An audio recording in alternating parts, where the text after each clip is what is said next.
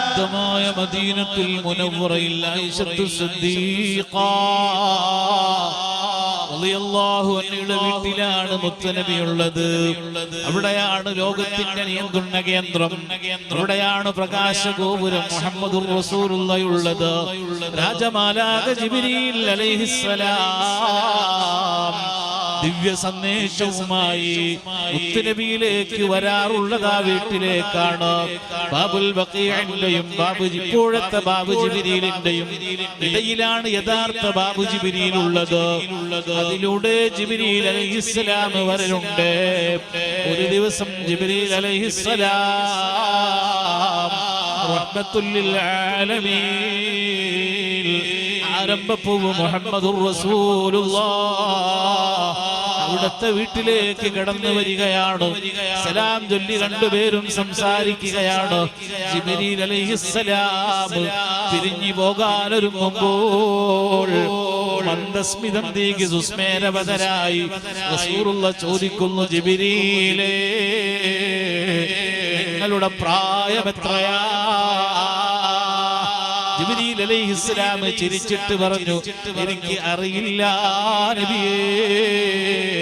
കാരണം ആദം നബി അലൈഹിസ്സലാം മുതൽ അതേ മുഹമ്മദുർ റസൂലുള്ളാഹി വരെ 1,24,000 വരുന്ന അംബിയാ മുർസലീങ്ങൾക്ക് വഹി എത്തിച്ചു കൊടുത്ത ആളല്ലേ. അവരുടെ പ്രായം എങ്ങനെ ധര്യപ്പെടുത്തും? അവരുടെ പ്രായം എങ്ങനെ കണക്കുകൂട്ടും?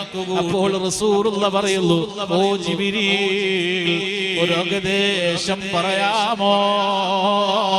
അപ്പോൾ ആരംഭപ്പൂവ് പറയുകയാണ്, ജിബ്രീലേ, ഞാനൊരു ഏകദേശം പറയാം. അല്ലാഹു എന്നെ സൃഷ്ടിച്ചു റൂഹൂദിയപ്പോ ഞാൻ അർശിന്റെ ഭാഗത്തേക്ക് നോക്കി നബിയേ, ഞാനവിടെ ഒരു പ്രകാശം കണ്ടിട്ടുണ്ട്, ഒരു നക്ഷത്രം കണ്ടിട്ടുണ്ട്. ആ നക്ഷത്രത്തെ ഞാൻ 70,000 വർഷം കണ്ടിട്ടുണ്ട് നബിയേ. പിന്നെ 70,000 വർഷം കണ്ടില്ല നബിയേ. 70,000 വർഷം കണ്ടു, പിന്നെ 70,000 വർഷം കണ്ടില്ല.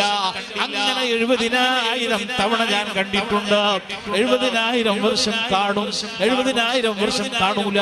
അങ്ങനെ 70,000 തവണ ഞാൻ കണ്ടിട്ടുണ്ടേ നബിയേ. നോക്കൂ, അപ്പോൾ സുസ്മേരവതനായി നമ്മുടെ നേതാവ് പറഞ്ഞൊരു മറുപടിയുണ്ട്, ഓ ജിബ്രീലേ,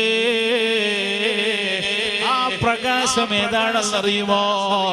അതേ, ആദം സന്തതികൾക്ക് മുഴുവനും നേതാവായ എന്റെ പ്രകാശമാണ് ജിബ്രീൽ.